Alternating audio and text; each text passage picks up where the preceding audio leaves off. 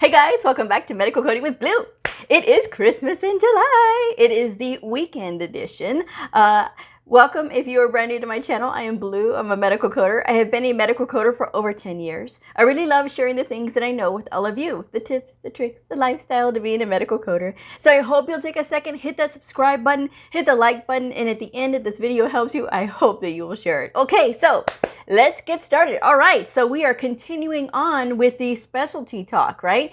What are the different specialties that we are talking about? Today, we are talking about the neoplasm specialty or oncology specialty.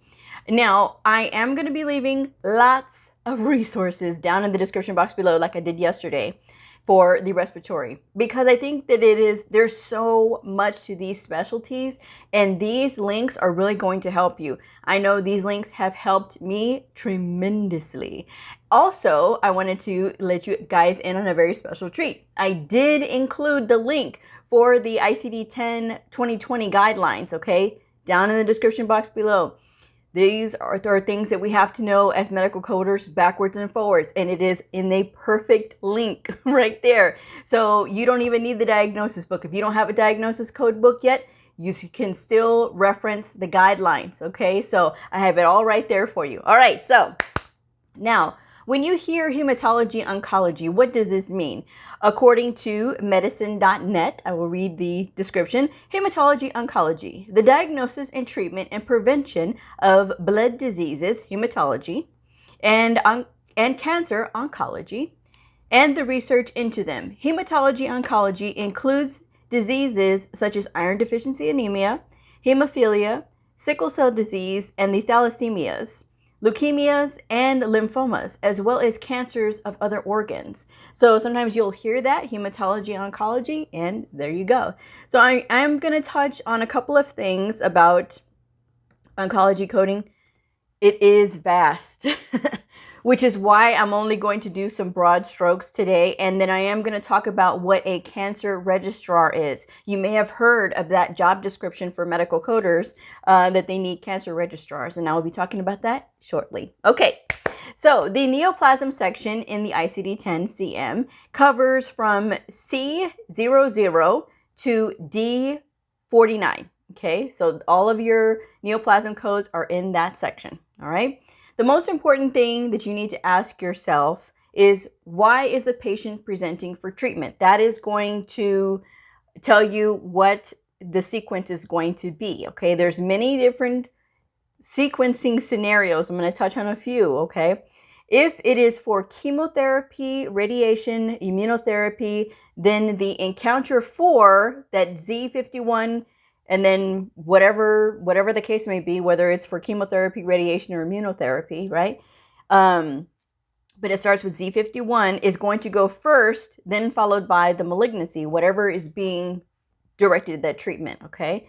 So just keep that in mind.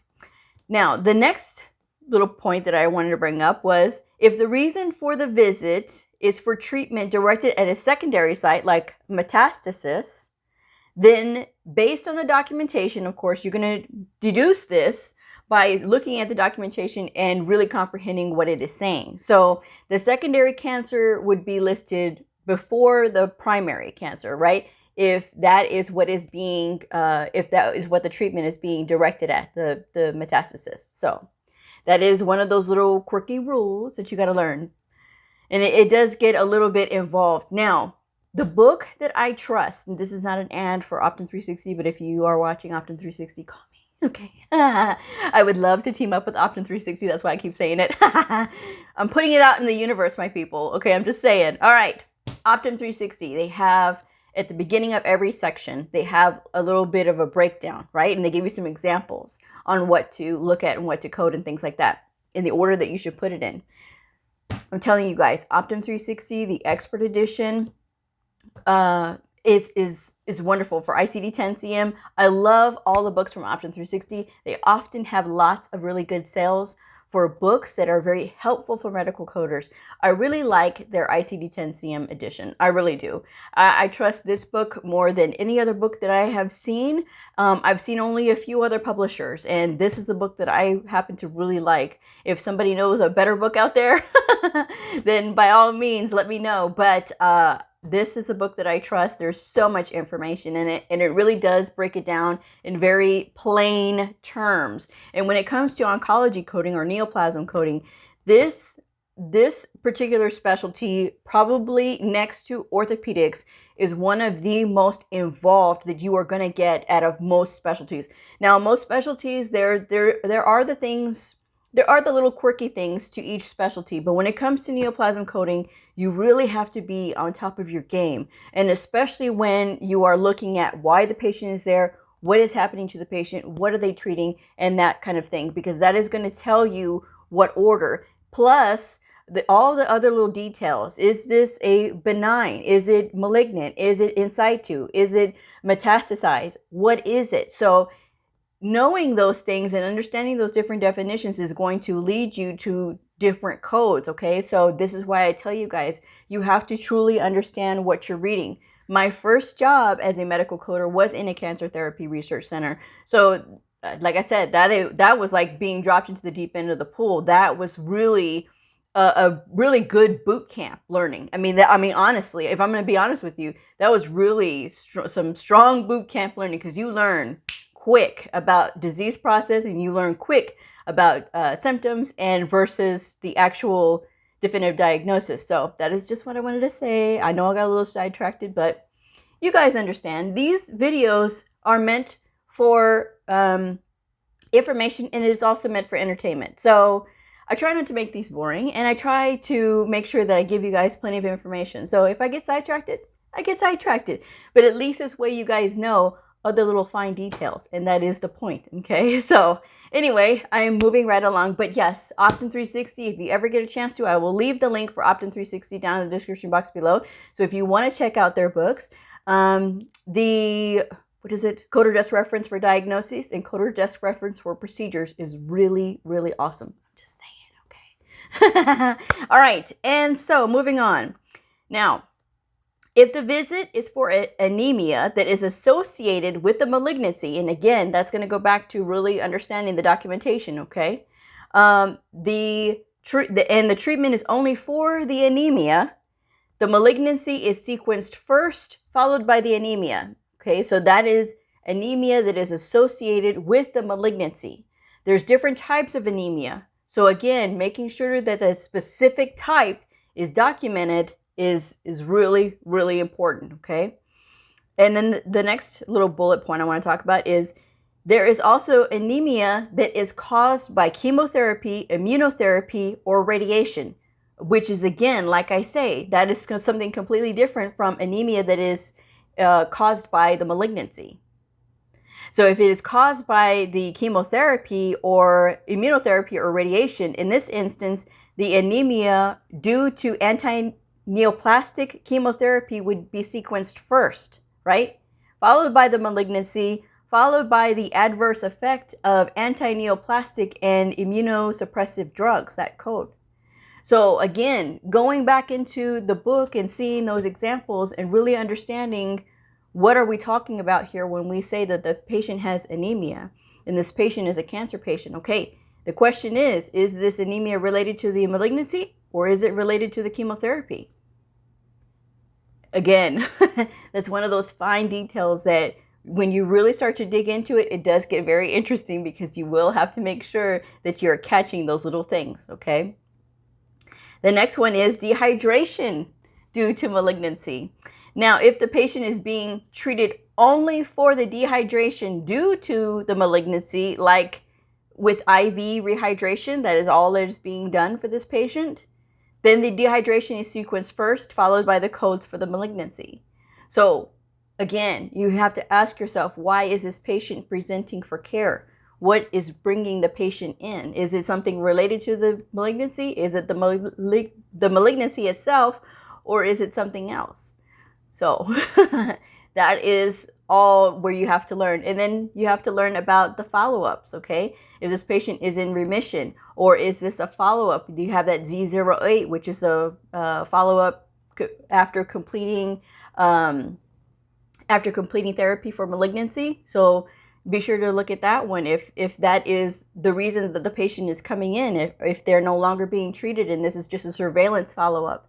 You know, that's a question to ask as well. And you're also going to put any history of removal, right? Are you going to put any acquired absence of removal of any organ if they had something removed? Like if they had breast cancer and their breasts were removed, they had a mastectomy, you know, those are those codes that you're going to have to be able to apply. So there's acquired removal of breasts, okay? And then there's also different organs. I mean, so be sure that you are looking in those sections. Understand the reason that the patient is coming in, and if something does not make sense and if it's not clear, then it is really important that you query the provider, talk with your providers and ask them questions, because a lot of times providers, especially ones that are treating cancer patients, really all providers, but cancer doctors are seeing a lot of different things all of the time. Okay, each patient, of course, is unique, and this is in any specialty,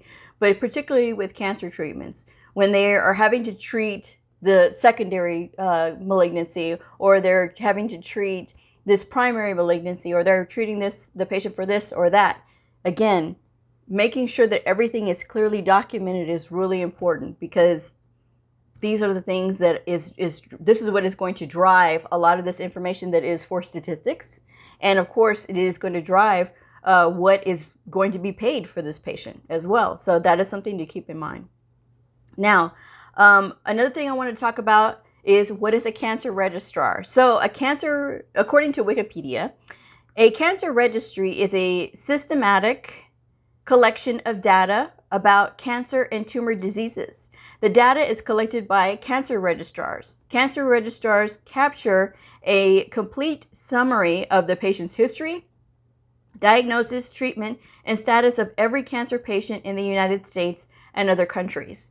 They use this information for research purposes, for statistics as well. So this way, all of this data is really helpful. The more clean the data, in the fact that what is being coded is actually correct, and that the coder truly understands, you know, what are they looking at, okay? Because if this is your first time looking at this stuff, it can get confusing, you know, especially with cancer coding. Like, which one do I put first? Or how do I select this? You know, like I said, going back to making sure that it is all documented very clearly is key, and that communication is also key, okay? So from ahima.org. So AHIMA and the National Cancer Association Registrar Association, they have two association names in there. It came directly from the site, okay?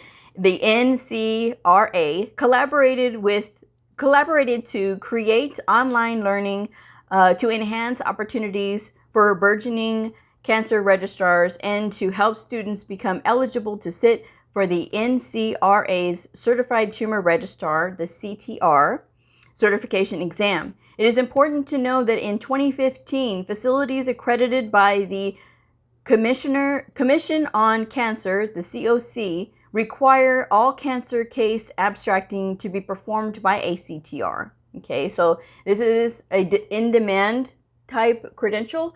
If this is a specialty that you particularly like and you want to get this designation, the CTR, then this is something that you can look into.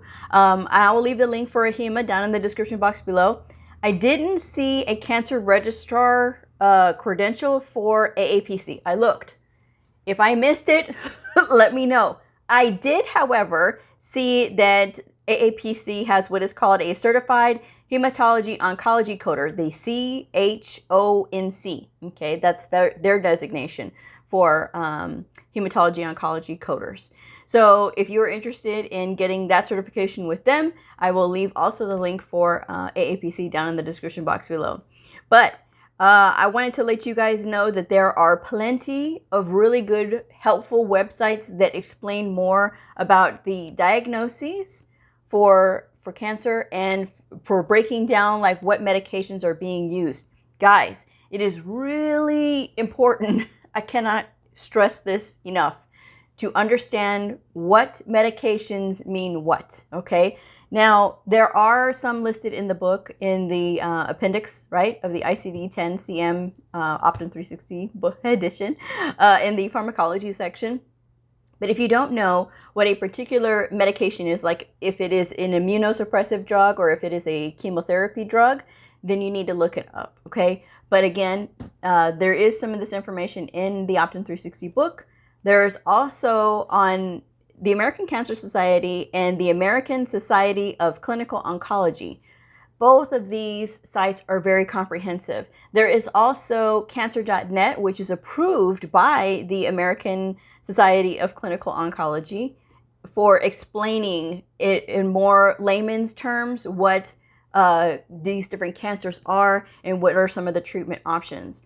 Now, of course, we don't necessarily have to learn what the treatment options are, but it does help to fully comprehend what's going on in these scenarios when we're reading them. Because sometimes if you're sitting there reading and they're talking about putting the patient on this medication, this medication, this medication, and we're going to do this and we're going to do that and we're going to give them all these other things. If you don't really know about the classification of these medications, it can really make a difference in the coding, because the coding won't be as detailed if you're leaving all of these other things off, okay? So again, make sure that you're looking and you're understanding what these medications actually are. And if you're reviewing these websites and they're talking about the different treatment options and treatment plans for cancers, at least you have an understanding and a really a grasp of what is happening. Because sometimes, like, if you don't know, then you may not know to ask the question. It's all about learning how to ask the question. The more you read, I guarantee you, the more questions you're going to ask. That's how you start to develop that curiosity. And if you're not having that curiosity, it becomes a problem, because when you're looking at somebody who understands what they're reading, like with the details, versus somebody that is just, okay, well, the provider says in the AP, this is one diagnosis and I'm gonna pick that up, okay? Well, why were they there? They were there for their chemotherapy, okay? Well, why didn't you put that first listed diagnosis of encounter for chemotherapy? Oh, well, I didn't know. Got to be able to look at those things, guys, okay? And got to be able to understand what all of these things mean. So that's just my take on it. I hope these links will help you. Like I said, take the time to review the ICD-10-CM coding guidelines, because they do have the part in chapter 2 about the neoplasm coding, and that is really going to help. And even if it doesn't make sense right away, just keep reading it, because it's not going to make sense right away. At least I know for me, it doesn't always make sense right away. Sometimes it'll take me a couple runs at it in order for me to really grasp it. But after a while, then I'm like, okay, now this starts to make sense. And of course, I will also say that you can look on YouTube. There's lots and lots of videos about cancer treatments and different things about cancers on YouTube. It's exhausting the amount of videos that are out there. But if you are really curious and you want to know, just take the time and watch those videos, because at the end of the day, it's going to help you. The more you research your specialty, the better you will be, okay? So, and the easier that it'll get after a while. But whatever you do, don't overwhelm yourself, okay? Just take your time with it. And after a while, it will be more of like, okay, now I get it. And I'm just telling you guys these things to help you. So anyway, I'm going to leave it at that. And I hope you had a chance to check out the schedule for the week. I just posted it not too long ago. So I will see y'all again tomorrow. But if you are a medical coder, a medical coding student, somebody curious about the fascinating world of medical coding, a provider or a nurse, I invite you to like and subscribe and follow me on my journey in medical coding. I will see y'all next time. Bye.